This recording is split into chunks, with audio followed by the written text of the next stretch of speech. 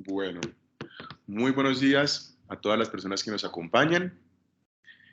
Soy Alejandro Gómez, director de comunicaciones del Observatorio Fiscal de la Pontificia Universidad Javeriana, y quiero darles la bienvenida a esta nueva rueda de prensa del Observatorio Fiscal. En esta oportunidad tenemos unos invitados muy cercanos, unos invitados de la casa, como lo es el Observatorio Laboral de la misma universidad.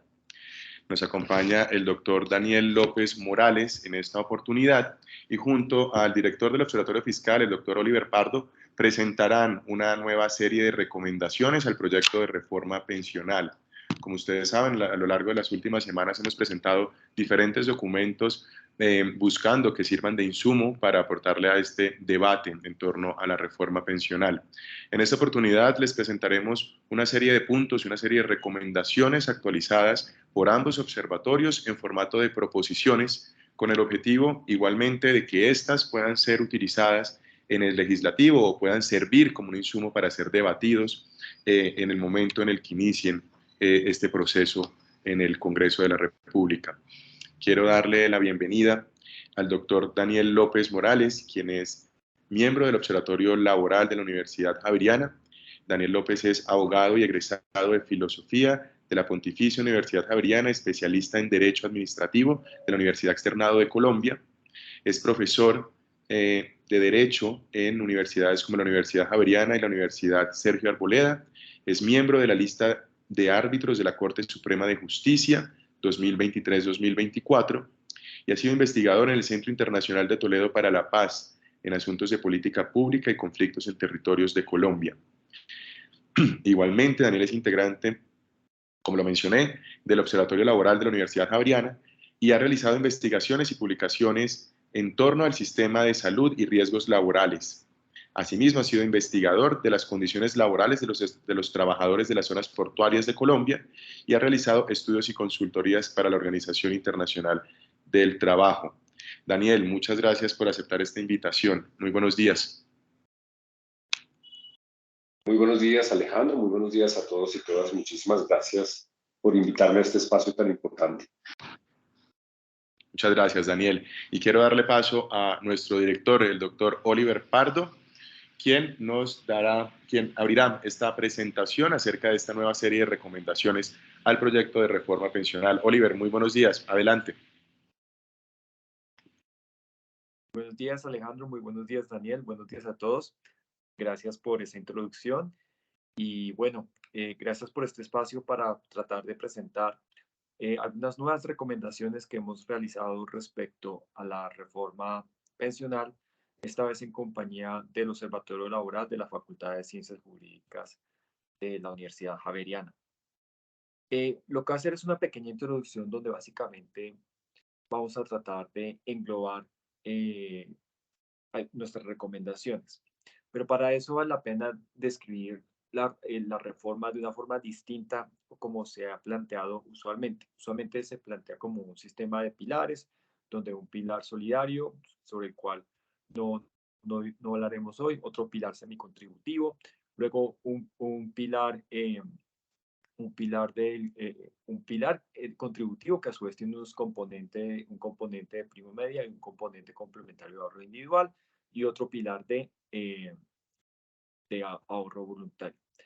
A mí personalmente me parece importante desagregar el pilar contributivo no en el componente de prima media y en el componente de ahorro individual, sino yo prefiero desagregarlo de una forma distinta. Por llamarlo de alguna forma, prefiero desagregarlo en 3 subsistemas. ¿Cuáles son esos 3 subsistemas? El primero es el subsistema de, de reparto en cabeza de Colpensiones. El segundo es el subsistema de ahorro individual en cabeza de las AFPs. Y el tercero es un nuevo elemento que es el subsistema de ahorro público. Entonces tenemos estos 3 ejes, el de reparto en cabeza de Colpensiones, el de ahorro individual en cabezas de las AFP y el de ahorro público. Los dos primeros ya los conocemos porque en el régimen actual compiten entre sí. En el nuevo régimen pasarían a ser complementarios, pero este elemento de ahorro individual es una innovación importante dentro de Colombia.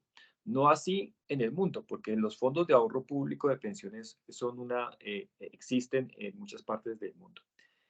Pero esta descripción del pilar contributivo es sumamente importante porque nos ayuda a entender mejor qué puede estar pasando detrás del componente de prima media, porque en el componente de prima media algunas cotizaciones se supone que se van a destinar al sistema de reparto y otras van a ese eje de ahorro público que en el proyecto se denomina Fondo de Ahorro del Pilar Contributivo. Entonces, el Fondo de Ahorro del Pilar Contributivo es un elemento fundamental de esta reforma.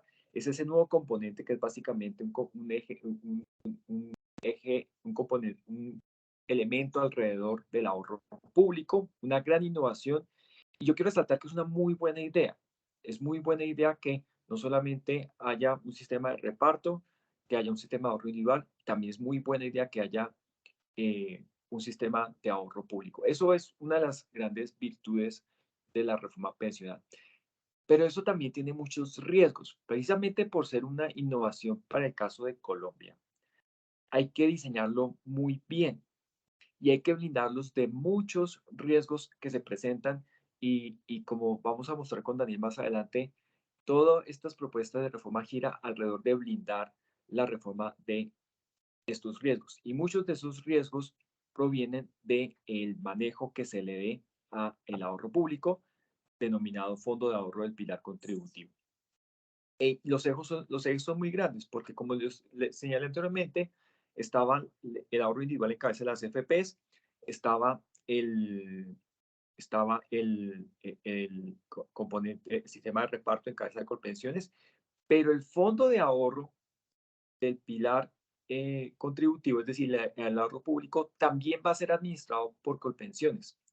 En el Observatorio Fiscal hace algunos meses recomendamos que se introdujeran, que hubiera un comité técnico independiente para mejorar la gobernanza de ese fondo, pero aún en la reforma, la administración del fondo sigue estando en manos de Colpensiones. Y eso es un grave problema porque tenemos a Colpensiones que administra simultáneamente el sistema de reparto y ese sistema de ahorro público, el denominado Fondo de Ahorro y Pilar Contributivo. Y ese es el gran riesgo que tiene la reforma pensional. Y algunas de las proposiciones que presentamos a continuación giran alrededor de reducir esos riesgos. Y uno de esos riesgos, y hay unos riesgos importantes, los riesgos son muchos, riesgos en el sentido de que no entre el dinero suficiente, riesgos de que el dinero salga demasiado rápido y riesgos de que el dinero se administre mal.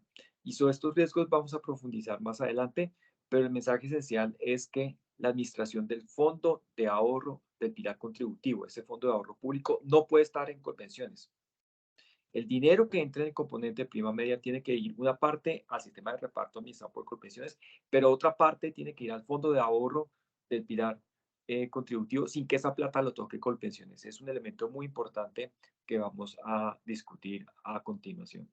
Entonces, dada esa introducción, pues quiero darle la palabra a Daniel para que él también realice sus apreciaciones respecto a estas proposiciones y entremos en materia sobre cuáles son.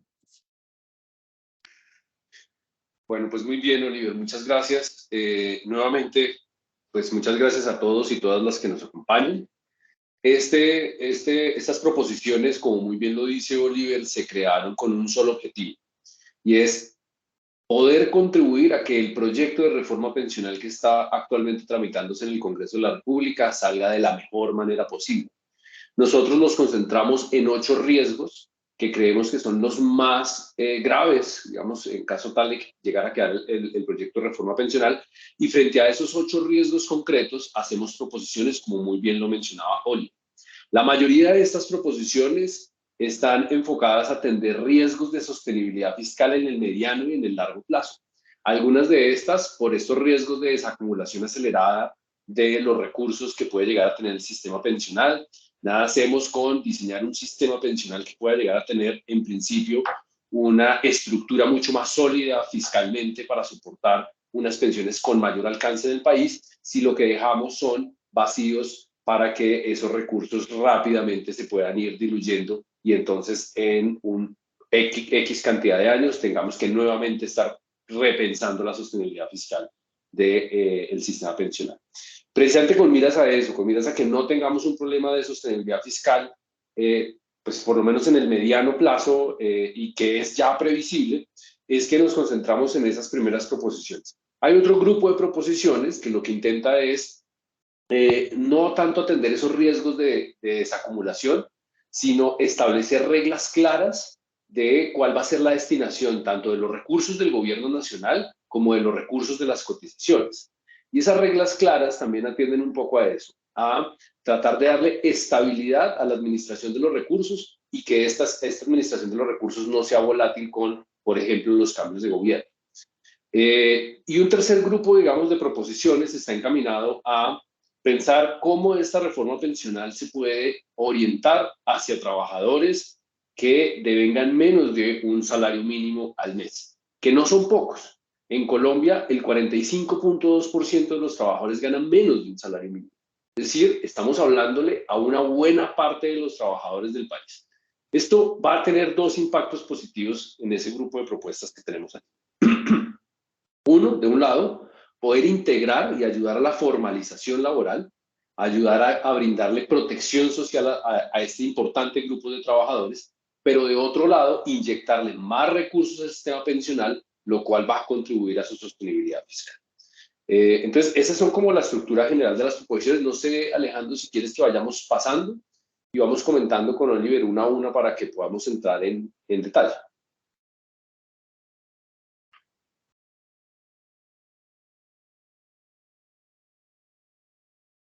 Bien, si quieres, Oliver, pues yo presento esta y tú continúas con la siguiente y vamos comentando así como para ir haciéndolo como un diálogo. Bueno, esta es una de las que nosotros les mencionábamos en esta introducción. ¿Cuál es este riesgo de insostenibilidad financiera que vemos en el sistema pensional? Resulta que con la transición que vamos a dar o que posiblemente vamos a dar hacia un nuevo sistema pensional, lo que vamos a tener son distintas generaciones que han venido aportando recursos al sistema pensional. Estas distintas generaciones, dependiendo un poco de condiciones macroeconómicas, pero también condiciones del actual modelo, van a tener una mayor cantidad de recursos aportados al sistema o una menor cantidad de recursos aportados al sistema. Es más previsible, o por lo menos es un poco lo deseable, que entre más, digamos, más futuras sean las generaciones, pues hay una mayor cantidad de recursos, y entre más recientes, pues son generaciones que solamente tendrán los recursos que han venido ahorrando o que hoy ya se encuentran en el sistema pensional, más un periodo más corto de tiempo para ese ahorro. Aquí vemos un problema y es que no existen unas reglas claras para la administración de los recursos, teniendo un grave riesgo de que las generaciones que están más recientes a pensionarse o las que actualmente se van a pensionar, además con pensiones mucho más altas por el actual régimen pensional, puedan destinar o puedan consumir la mayor parte de los recursos del sistema de los que vienen ahorrando. Y de esa manera lo que vamos a generar es una desaceleración del ahorro en otras generaciones, poniendo en riesgo la sostenibilidad fiscal a futuro de las generaciones que van a seguir ahorrando. Entonces, algunas generaciones van a gastar más recursos y las generaciones futuras entonces se van a quedar con un problema fiscal. Para eso lo que nosotros proponemos es dos tipos de medidas. Uno, establecer reglas claras sobre cuál va a ser, digamos, la proporción de recursos que va a ir directamente al ahorro y cuál va a ser la que se va a utilizar para el pago de las pensiones actuales. Y además de eso proponemos la creación de unas subcuentas generacionales. Es decir, son subcuentas en las que se van a acumular los recursos de cada generación y solamente los excedentes de esas subcuentas son las que pasarían a otras generaciones, de tal manera que lo que vamos a dar es una garantía de que las distintas generaciones tengan sus recursos para garantizar sus pensiones y no que una sola generación o un grupo de generaciones vaya a dejar sin recursos a otras generaciones. Esa es, digamos, nuestra primera proposición y está encaminada precisamente a ese riesgo que hemos denominado un riesgo de insostenibilidad por desacumulación acelerada del ahorro. No sé, Oliver, si quieras complementar algo al respecto. Si quieres, pasamos a la siguiente, Alejandro, por favor.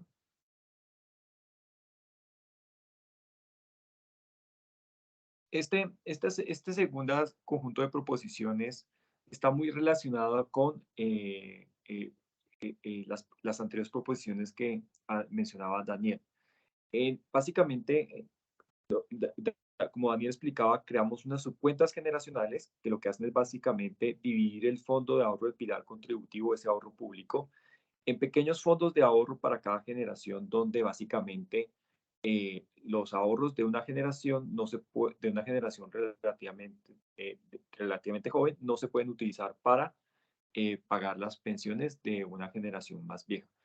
Si no implementamos unas medidas como estas, existe ese riesgo de desacumulación acelerada, porque una vez madure el sistema, los gobiernos futuros van a tener la tentación de eh, gastar todo el ahorro lo más rápido posible para pagar las pensiones y liberar flujo de caja para, eh, para el gasto público, pero eso tiene el gran problema de que eso destruiría el ahorro de manera muy acelerada y como explicaba Daniel, no existirían recursos para financiar las pensiones más adelante. Y este segundo punto conecta con ese otro punto, porque lo que tratamos de hacer es que de las cotizaciones que van al componente de prima media, alrededor de la mitad, es decir, 8 de los 16 puntos de cotización irían al fondo, al sistema de reparto administrado por Colpensiones y los otros 8 irían directamente a la subcuenta generacional del afiliado, a esa pequeña parte del fondo de ahorro de piedad contributivo que solamente maneja las pensiones de cierta generación. Entonces, básicamente con esas reglas claras, no existe la tentación de que, por ejemplo, Colpensiones coja parte de ese dinero que se supone que tiene que ir que tiene que ahorrarse, que tiene que convertirse en oro público y lo utilice para pagar pensiones. El gran problema que existe es que cuando Colpensiones no ahorra, sino que utiliza el dinero para pagar pensiones, entonces el gobierno ya no tiene que girarle dinero a Colpensiones para cubrir el déficit. Y como el gobierno no tiene que generarle dinero a Colpensiones para cubrir el déficit, el gobierno va a tener más dinero para gastar. Entonces, el gran riesgo es que el dinero se gaste en vez de ahorrarse. Es un riesgo macroeconómico, pero también un riesgo para la sostenibilidad del sistema, la sostenibilidad del sistema pensional y de hecho la sostenibilidad de las finanzas públicas, porque igual en el largo plazo hay que responder por este tipo de pensiones. Entonces, este segundo conjunto de reglas claras que dividen las cotizaciones de manera muy explícita y no de manera implícita, como está en el proyecto de ley del gobierno, donde básicamente hay que calcular unos agregados macroeconómicos, donde si la administración del Fondo de Ahorro de Piedad Contributivo está en manos de Colpensiones, no hay como no hay rendición de cuentas por parte de Colpensiones sobre cómo administrar el dinero y nadie va a poder hacer seguimiento sobre cómo se va a repartir el dinero entre el fondo de ahorro y el sistema de reparto. Con estas medidas, básicamente el flujo de dinero va directamente a esas subcuentas generacionales y dependiendo de lo que, y si logramos implementar el tercer conjunto de recomendaciones que vamos a mencionar a continuación, el dinero del Fondo de Ahorro del Pilar Contributivo no sería tocado en ninguna instancia por Colpensiones.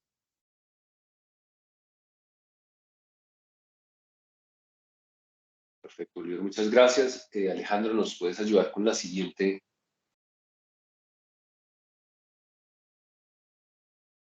Bien, este es uno de los temas quizás de los más sensibles que tenemos en nuestro grupo de proposiciones. Este grupo de proposiciones se basa principalmente en comprender cuál es el rol que tiene Colpensiones hoy en el sistema pensional y además de eso, cuál es digamos, el lugar que tiene Colpensiones en la estructura de la administración pública.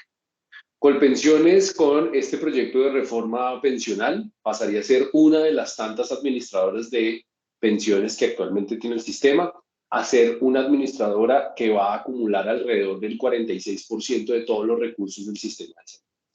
Y esta acumulación de recursos, pues, es muy considerable y supone varios retos. El primer reto es que no identificamos que Colpensiones tenga la experiencia ni las capacidades adquiridas para administrar esta magnitud de recursos. Colpensiones rápidamente va a pasar a tener una magnitud de recursos que nunca antes ha tenido y que por lo tanto va a representar un reto en términos de manejar también un portafolio de inversión que sea eficiente para el sistema pensional. De otro lado, no hay que perder de vista que Colpensiones es una entidad de orden público que está adscrita al Ministerio de Hacienda y que por esa vía es susceptible, por lo menos en su administración, de tener un mayor grado de influencia por parte del gobierno nacional. Esto lo que nos va a generar es lo que hemos denominado un riesgo moral. Ese riesgo moral es la posibilidad de que estas decisiones de gobierno, estas decisiones políticas, puedan influir en la administración de los recursos de Colpensiones para determinar qué tantos recursos se utilizan en determinados proyectos dentro de ese portafolio de inversión, proyectos que puedan llegar a ser afines o que puedan llegar a ser considerados mejores por el gobierno nacional, pero que no necesariamente sean los más eficientes en la administración de recursos.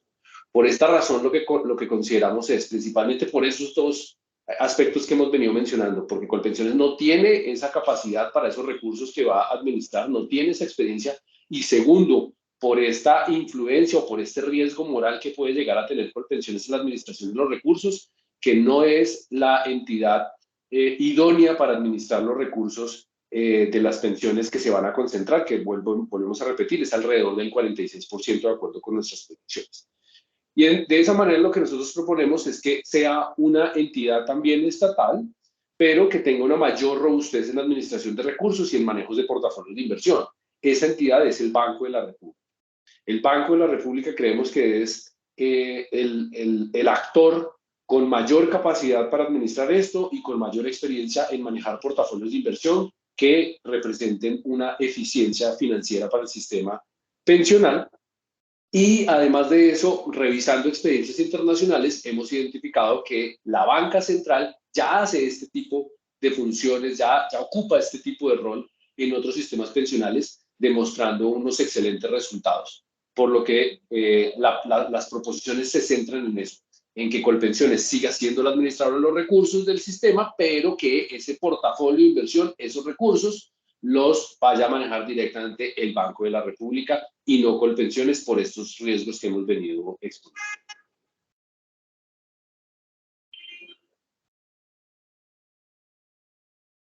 Gracias, Nayib. Gracias, Alejandro. Siguiente, por favor. Bien, este cuarto punto conecta con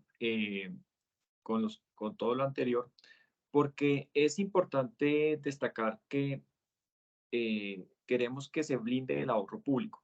El ahorro público, como lo mencionábamos, depende de que no se desacumule demasiado rápido el dinero, también depende de que se tengan unas reglas claras de acumulación y que la administración de ese fondo no esté en manos de Colpensiones. En el sistema, en la versión actual del proyecto hay un comité independiente que se encarga de la gobernanza, pero ese comité no puede hacer la administración del fondo. La administración tiene que hacerla alguien y en ese momento, según el proyecto de ley, es Colpensiones. Eso genera el riesgo moral que mencionaba Daniel y es por eso muy importante eh, que se blinde tanto la acumulación como la desacumulación como la administración. Y sabemos que el Banco de la República tiene las funciones de política monetaria, pero aún hoy el Banco de la República administra unas reservas y como mencionaba Daniel, existen experiencias internacionales como las de Noruega, donde el Banco Central se encarga de la administración de los fondos públicos de pensiones. Pero aún en el escenario donde logramos blindar ese fondo de ahorro, siguen persistiendo problemas, porque desafortunadamente, aunque el proyecto de reforma tiene la virtud de que reduce los subsidios a las pensiones altas, siguen existiendo subsidios a las pensiones altas en el nuevo régimen. Y eso también pone en riesgo la sostenibilidad del sistema, que es el eje que mencionaba Daniel anteriormente. Para eso necesitamos complementar estas medidas con otra serie de medidas. Y en particular estamos proponiendo dos posibles caminos que son más o menos equivalentes. El primer camino es reformular la forma como se liquida la pensión. En este momento, ¿cómo funciona la liquidación de la pensión en este momento? La pensión total es la suma de una pensión del componente de prima media y de una pensión del componente de ahorro individual. A su vez, la pensión del componente de prima media se liquida a través de una tasa de reemplazo que es un porcentaje del histórico de ingresos que tiene la persona. Nosotros proponemos como primer camino reducir esa tasa de reemplazo, es decir, que el porcentaje que se recibe, no es reducir, es reformular la tasa de reemplazo. De tal manera que la gente que gana entre 1 y 3 salarios mínimos no vea afectada su pensión, pero la gente que gana más de 3 salarios mínimos sí recibiría por parte del componente de prima media una menor pensión. Es decir, las personas que ganan más de 3 recibirían una pensión del ahorro del componente complementario del ahorro individual, una pensión del componente de prima media, pero para quienes tengan más de 3 salarios mínimos, la parte que viene del componente de prima media sería menor. Y lo que hacemos es una reformulación de tal manera que no se afecte a las personas que ganan entre 1 y 3 salarios mínimos, pero sí se reduciría parte de la pensión de quienes ganan más de 3 salarios mínimos. Esto implica, pues naturalmente, que quienes ganan más de 3 salarios mínimos recibirían menos pensión en nuestra versión, pero hay que tener presente que esto ayuda a la sostenibilidad de largo plazo del sistema pensional y de las finanzas públicas. Desafortunadamente, si tenemos un sistema tan generoso como el que tenemos en esta versión del gobierno, donde no se toca, por ejemplo, otros parámetros como la edad de retiro, pues habría mucha presión sobre el sistema en el largo plazo y habría que cambiar eventualmente los parámetros de la reforma del sistema, y como bien lo han reconocido incluso la propia ministra de Trabajo. Entonces, pero ese no es el único camino. Otro camino equivalente es reducir el umbral que divide el componente de prima media de el componente complementario de ahorro individual. El Observatorio Fiscal y muchos otros analistas han venido recomendando que ese umbral sea más bajo. Nosotros también nos parece una buena solución reducir el umbral de 3 a 2 salarios mínimos, y creemos que los efectos más o menos son parecidos, porque en la medida en que se reduce el umbral a 2 salarios mínimos, la gente que gana más de 3 salarios mínimos tendría una menor pensión en el componente de prima media, aunque sigan teniendo su pensión adicional complementada por el ahorro individual. Entonces son dos equivalentes, son dos posibles caminos.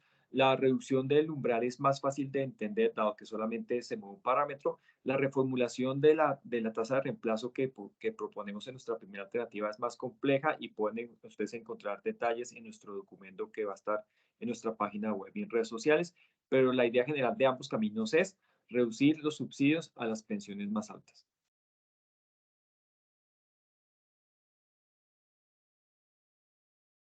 Muy bien.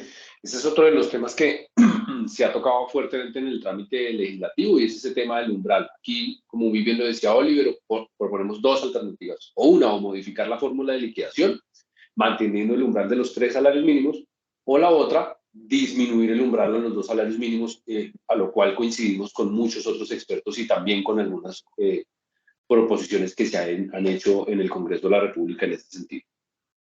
Vamos con la quinta propuesta. La quinta propuesta está encaminada a tratar de ir eliminando algunas de las barreras de entradas de administradoras de pensiones al componente complementario de ahorro individual, es decir, a el componente al cual van a cotizar aquellas personas que devengan, por ahora, tal y como está formulado el proyecto, más de 3 salarios mínimos, y pues dependerá un poco, digamos, de la definición del umbral. Aquí lo que nosotros planteamos es, actualmente lo que hay son una cantidad de actores que no garantizan una competencia lo suficientemente eficiente en beneficio de precisamente la rentabilidad de este componente complementario de ahorro individual.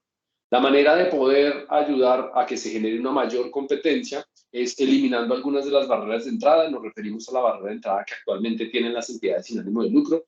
Las entidades sin ánimo de lucro no pueden pertenecer o no podrían pertenecer a ese componente complementario de ahorro individual. Nuestra propuesta es que sí que lo puedan hacer. También eliminar algunos de los requisitos de rentabilidad mínima y modificar los requisitos de patrimonio mínimo y solvencia, lo cual abre el espectro para que muchas más actores puedan entrar a competir en ese mercado de componente complementario de ahorro individual, y esa mayor competencia pues termine deviniendo en una mayor eficiencia y una mayor rentabilidad de los recursos que va a tener este componente complementario. Entonces, finalmente, este punto 5 lo podríamos sintetizar en incrementar la competencia en el componente complementario de ahorro individual, permitiendo el acceso de mayores actores, digamos, que puedan realizar este tipo de actividades. Bien, creo que podríamos continuar con el sexto, Alejandro.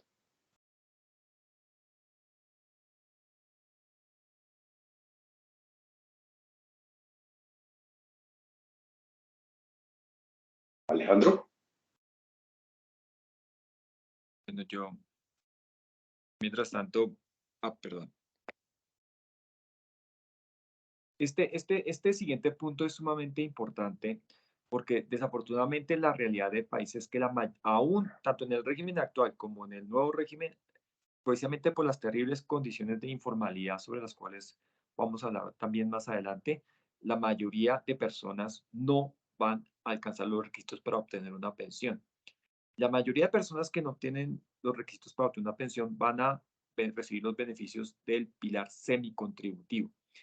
Desafortunadamente, los beneficios del pilar semicontributivo son muy bajos, son incluso más bajos que lo que recibiría una persona que recibe una devolución de saldos en el actual régimen de ahorro individual. Y eso es un grave error que tiene la reforma en su versión actual. No puede ser, no puede haber una reforma donde para el colombiano promedio salga perjudicado. Para esto y esto es muy importante porque desafortunadamente el colombiano promedio no va a pensionarse, como lo señalaba Daniel, solamente el 40% de las personas tienen un empleo formal, el 60% tienen un empleo informal. Muchos de ellos gravitan entre la formalidad y la informalidad, cotizan solamente a veces, pero no alcanzan a cumplir los requisitos de semanas para pensionarse. Como no cumplen el requisito de semanas, entonces en la versión del gobierno se les reconocería un retorno real anual del 3%. Este retorno es muy bajo. Hoy en día el RAIS históricamente llegó a rendir hasta el 8% anual, en años recientes ha venido bajando al 5%, pero aún 5% eh, eh, eh, precisamente por la naturaleza del interés compuesto hace una diferencia enorme comparada con un 3%.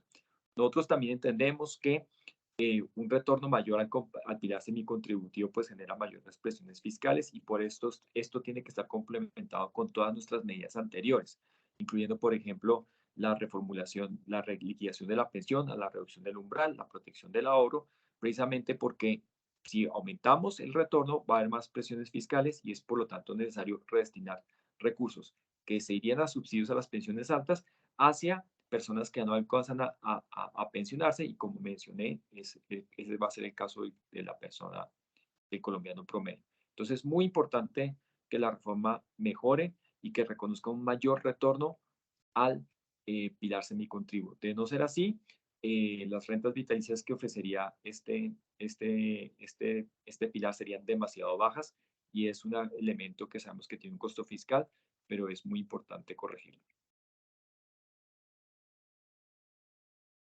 Bien, muchas gracias.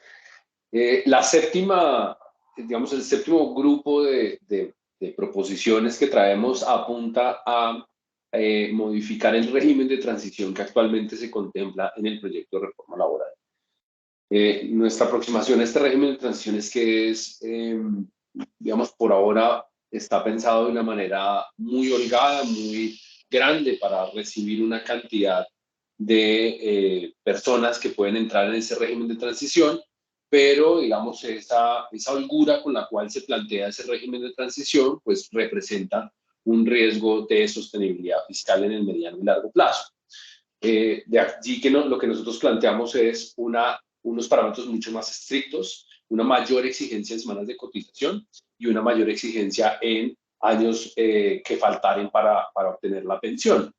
Esto, digamos que pues, puede ser visto, digamos, como una medida mucho más restrictiva, pero ciertamente a lo que atiende esta propuesta es a poder establecer un régimen de transición que no vaya a poner en riesgo la sostenibilidad fiscal del sistema pensional.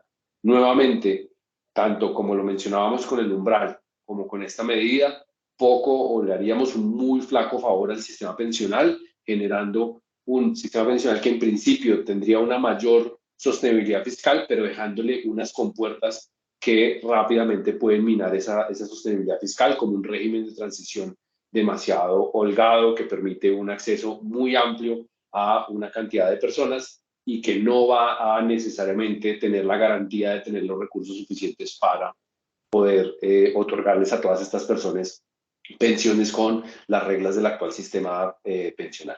Entonces, por eso nuestra propuesta allí es generar unos parámetros mucho más estrictos en términos de cantidad de semanas de cotización y de años restantes para la obtención de la pensión. Yo quería complementar en este punto que hay que recordar que el sistema pensional actual es insostenible. Si tenemos unas reglas para acceder al régimen de transición holgadas, más personas van a poder quedarse en el régimen actual, pero eso implica una mayor presión fiscal. Y lo que terminaría pasando, lo que va a terminar pasando es que las personas que alcancen a entrar al régimen de transición van a recibir pensiones más altas de las que hubiesen recibido en el régimen nuevo, pero eso tiene un costo y es que alguien tiene que pagar esas pensiones. Y esas pensiones van a terminar pagando las personas más jóvenes. Entonces serían los jóvenes quienes están financiando las pensiones de personas más adultas, pensiones altamente subsidiadas como ocurre en el régimen actual. Por eso es importante tener criterios más estrictos. Nosotros insistimos en que solamente puedan acceder al régimen de transición personas que al 1 de enero del 2025 tengan más de 1.000 semanas cotizadas y adicionalmente estén a menos de 10 años de alcanzar la edad de retiro. Desafortunadamente, en el primer debate de este proyecto nos comenzamos a mover en la dirección contraria y ya no son 1.000 semanas para acceder al régimen de transición, sino 900 para hombres y 750 para mujeres. Eso pues les va a brindar a las personas que entren al régimen de transición unas pensiones más generosas, pero pone en riesgo la sostenibilidad del sistema y la sostenibilidad de las finanzas públicas. Y por último, nuestra última serie de recomendaciones gira en torno a que se pueda cotizar por debajo del salario mínimo. Y acá es importante recordar que la mitad de la gente gana menos de un salario mínimo. Y si tenemos un sistema donde solamente se puede cotizar por encima de un salario mínimo mensual, pues estamos excluyendo de entrada a la mitad de la población. Y esto, básicamente, lo que hacemos es hacer consistente nuestra propuesta de reforma pensional con nuestra propuesta de reforma laboral que desarrollamos de la mano del Observatorio Laboral. Muy bien, para complementar un poco ese último punto, uno de los problemas que hoy tienen las personas y por los cuales se frustra su derecho a la pensión es que en aquellos periodos en donde van a la informalidad porque pierden empleos formales, el empleo formal lamentablemente es inestable, es volátil, a veces tenemos empleos formales, a veces nos quedamos sin empleos y entonces tenemos que recurrir a la informalidad, es que en esa informalidad, por esa volatilidad de los ingresos, las personas dejan de cotizar y entonces quedan con periodos discontinuos de cotización, lo que va haciendo cada vez más difícil pues el acceso a la pensión. Si nosotros lo que permitimos es que las personas puedan cotizar por, digamos, en proporción a sus ingresos, si una persona gana un cuarto de un salario mínimo, pueda cotizar por ese cuarto de un salario mínimo, si gana medio salario mínimo, pueda cotizar por medio salario mínimo. Eso lo que va a brindar es una mayor continuidad en las cotizaciones y va a acercar a las personas al cumplimiento de los requisitos pensionales. Pero incluso una persona que estuviera permanentemente ganando menos de un salario mínimo a lo largo de su vida, si cotiza entre medio salario mínimo y hasta 3/4 de un salario mínimo, puede obtener una pensión cumpliendo los requisitos actuales para pensionarse si cotiza por alrededor de 33 años, que es un promedio bastante, digamos, razonable en lo que hoy deben cotizar las personas para acceder a una pensión. Entonces, esta propuesta de cotizaciones, como muy bien lo decía Oliver, se armoniza con la propuesta de reforma laboral, pero además de eso, persigue dos objetivos: que las pensiones abarquen a un número mayor de colombianos y colombianas, pero además de eso, que el sistema pensional pues reciba o tenga una inyección de mayor cantidad de recursos, lo cual le va a favorecer para la sostenibilidad fiscal que tanto hemos venido hablando a lo largo de los 8 grupos de proposiciones. Listo, Alejandro, no sé si pasamos de pronto a algunas preguntas o comentarios que se tengan.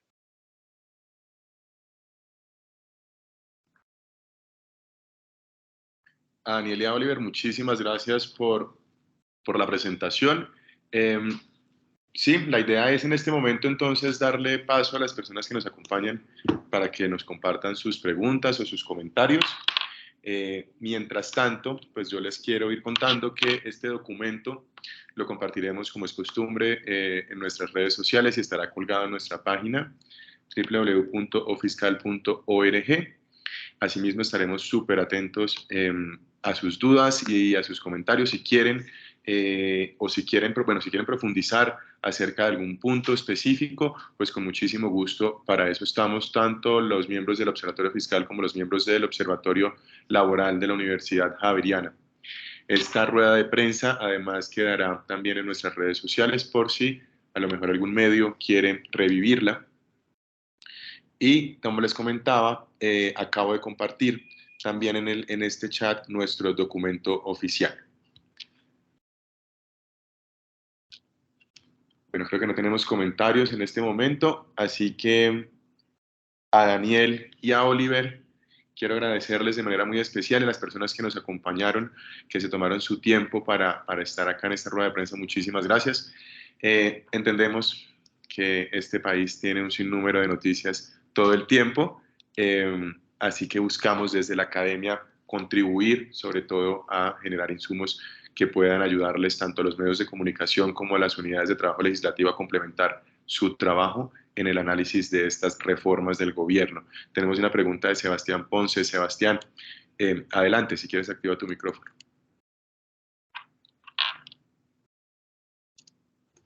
Buenos días, qué pena la pregunta. Es que no me queda muy claro el punto 6 con respecto al tema del reconocimiento de un mayor retorno en el pilar semicontributivo. Me perdí un poco ahí. O sea, se propone es como garantizar un 4% porque el 3% del gobierno es muy bajo, pero se tenía una propuesta en el tema del RAIS. No sé si me lo puedan explicar un poco mejor. O sea, no entendí muy bien esa parte. Qué pena con Sí, ustedes. gracias. No, muchas gracias, Sebastián. Es una aclaración muy importante, porque básicamente una cosa es el ahorro que se comience, una cosa son las cotizaciones que se comiencen a realizar a partir del 1 de enero del 2025, pero igual muchas personas ya que van a estar en el nuevo régimen, que van a ser pensionadas con el nuevo régimen, pues han hecho una serie de cotizaciones en el régimen actual, algunas de ellas en el régimen de ahorro individual. La gran pregunta es, ¿qué va a pasar con ese ahorro ya acumulado en el RAIS cuando estas personas en su edad de retiro no alcancen a cumplir con su requisito de semanas? Si uno lee la letra menuda de la ley, esa pregunta no está clara. No está clara porque está muy claro que sobre lo que se cotice a partir del 1 de enero del 2025 se le reconoce un 3%, pero no está claro qué va a pasar con lo que se ahorró antes del 1 del 2025. Y lo que hacemos en esta serie de proposiciones es aclarar qué hacer con ese dinero, porque sería muy injusto que parte de ese dinero lo coja el gobierno, le reconozca unos rendimientos del 3% sobre las cotizaciones cuando el rendimiento de ese ahorro ha sido mayor al 3%. Sería muy justo que el gobierno se quedara con parte de ese retorno ya acumulado hasta el 1 de enero del 2025. Lo que hacemos es blindar al pilar semicontributivo ese riesgo. Decimos, no, toda esa plata, absolutamente toda la que se acumuló hasta el 1 de enero del 2025, más los retornos adicionales que haya sobre esos recursos a partir del 1 de enero del 2025, tienen que entrar en su totalidad a financiar la renta vitalicia del pilar semicontributivo. Entonces, la persona que llega que no, desafortunadamente no alcanza a cumplir el requisito de semanas, recibe de una parte un retorno en nuestra versión de la reforma, un retorno del 4% sobre sus cotizaciones a partir del 1 de enero del 2025 y sobre sus cotizaciones, sobre su ahorro que se hizo antes del 1 de enero del 2025, pues se le reconoce la totalidad de sus rendimientos hasta la fecha. No sé si eso Gracias, responde a Oliver. tu pregunta, Sebastián. Sí, sí, señor. Gracias. Y pues una Gracias. pregunta para esta grabación, ¿no la pueden enviar al correo o...? Listo, vale. Muchas gracias.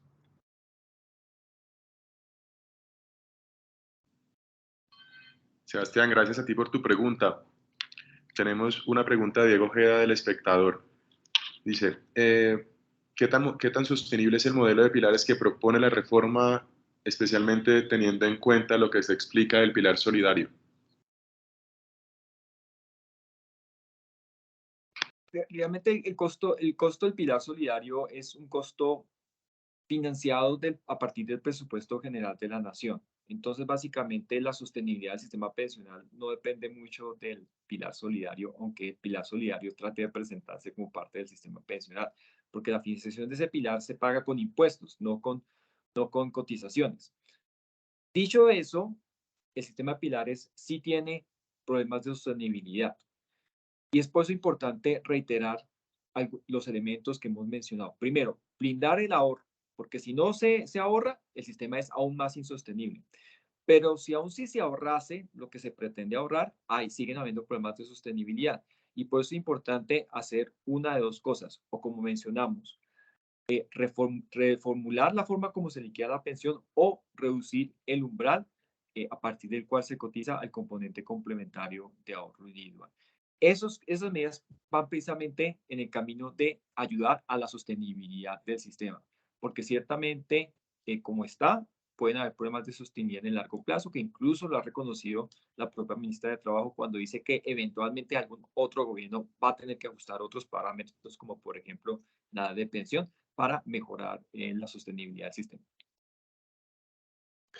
Sí, quizás una cosa ahí para complementar muy brevemente, la sostenibilidad del sistema, como digamos que tiene varias caras. Una de esas caras es la que acaba de mencionar Oliver, de la suficiencia de los recursos y que se garantice un ahorro pues de una manera adecuada para poder cubrir estas pensiones. Pero por el otro lado, esta suficiencia también tiene que ver con una administración efectiva de los recursos. Y ahí, en la administración eficiente de esos recursos, es donde consideramos que hay un grave riesgo en Colpensiones, porque Colpensiones no tiene la capacidad para administrar el volumen de recursos que va a empezar a administrar. Ahí hay otro riesgo de sostenibilidad fiscal. Por eso es que consideramos que quien sí puede darle mayores garantías para hacer una administración eficiente de esos recursos, para tener un portafolio de inversión que dé los rendimientos suficientes para la sostenibilidad fiscal, no es Colpensiones, sino el Banco de la República.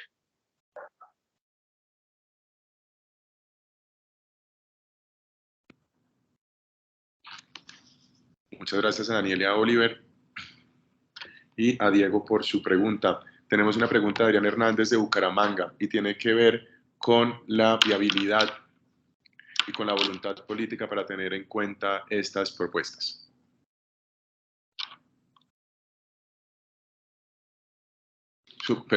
Su comentario está más relacionado a qué tanto nos hemos acercado al gobierno para presentarle esta propuesta y si de ser así, cuáles han sido sus impresiones. Desde ambos observatorios tenemos la política de que cualquier cosa que se presente, bien sea al Congreso o al Ejecutivo, casi que se presente de manera simultánea al público en general. Entonces, naturalmente, nosotros tenemos la intención de compartir esto con el gobierno, también con los legisladores de todos los colores políticos, oposición, gobierno, independientes. Queremos que todo el mundo, que este sea un insumo de debate para todos.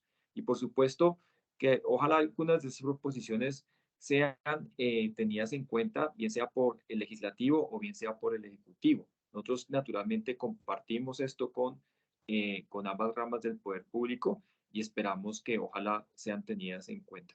Dicho lo anterior, tanto de parte del legislativo como el ejecutivo, hay conciencia de ciertos riesgos. No estamos de acuerdo en todos los riesgos, pero hay conciencia de que pueden haber ciertos riesgos. La pregunta es si, como está el proyecto de ley, se está blindando lo suficiente ante estos riesgos o no.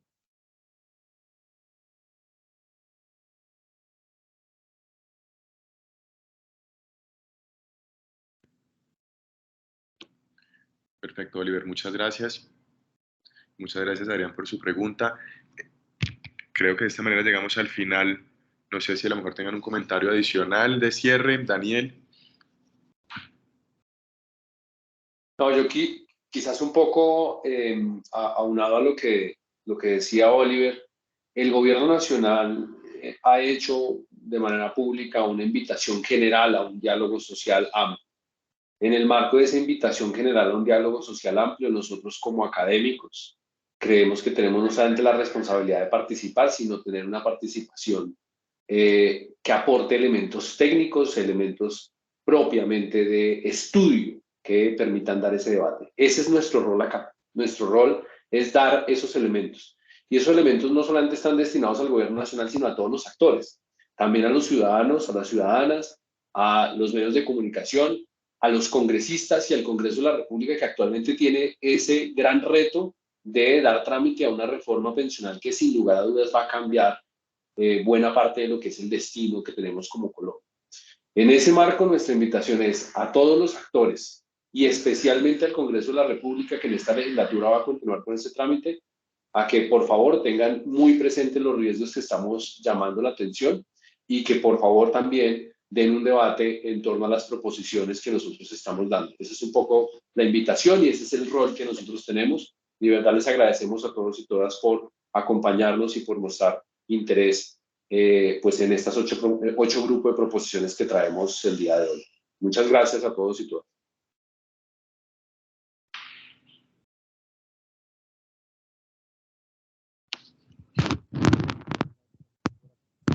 Muchas gracias a tu equipo del Observatorio Laboral por hacer parte también de este nuevo documento que socializamos.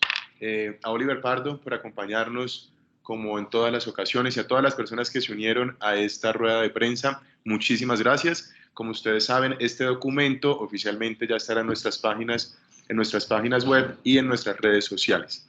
Si tienen alguna duda o algún comentario adicional, quedamos muy atentos para apoyarlos. Saben que nuestra misión es generar este tipo de insumos y este tipo de análisis para que los diferentes públicos, medios de comunicación, como lo mencionaba Daniel, el Congreso, el Ejecutivo, otras organizaciones, otros académicos, pues puedan también estudiarlo, debatirlo y compartirlo. Y por supuesto, nosotros estamos muy atentos para seguir alimentando este documento, que por supuesto no es un documento final, sino que está abierto a toda la retroalimentación que tanto ustedes como el mismo Congreso nos puedan hacer al respecto. Que tengan un feliz resto de día, nos vemos en una próxima oportunidad y muchas gracias por su tiempo y por su dedicación en este espacio. Que estén muy bien.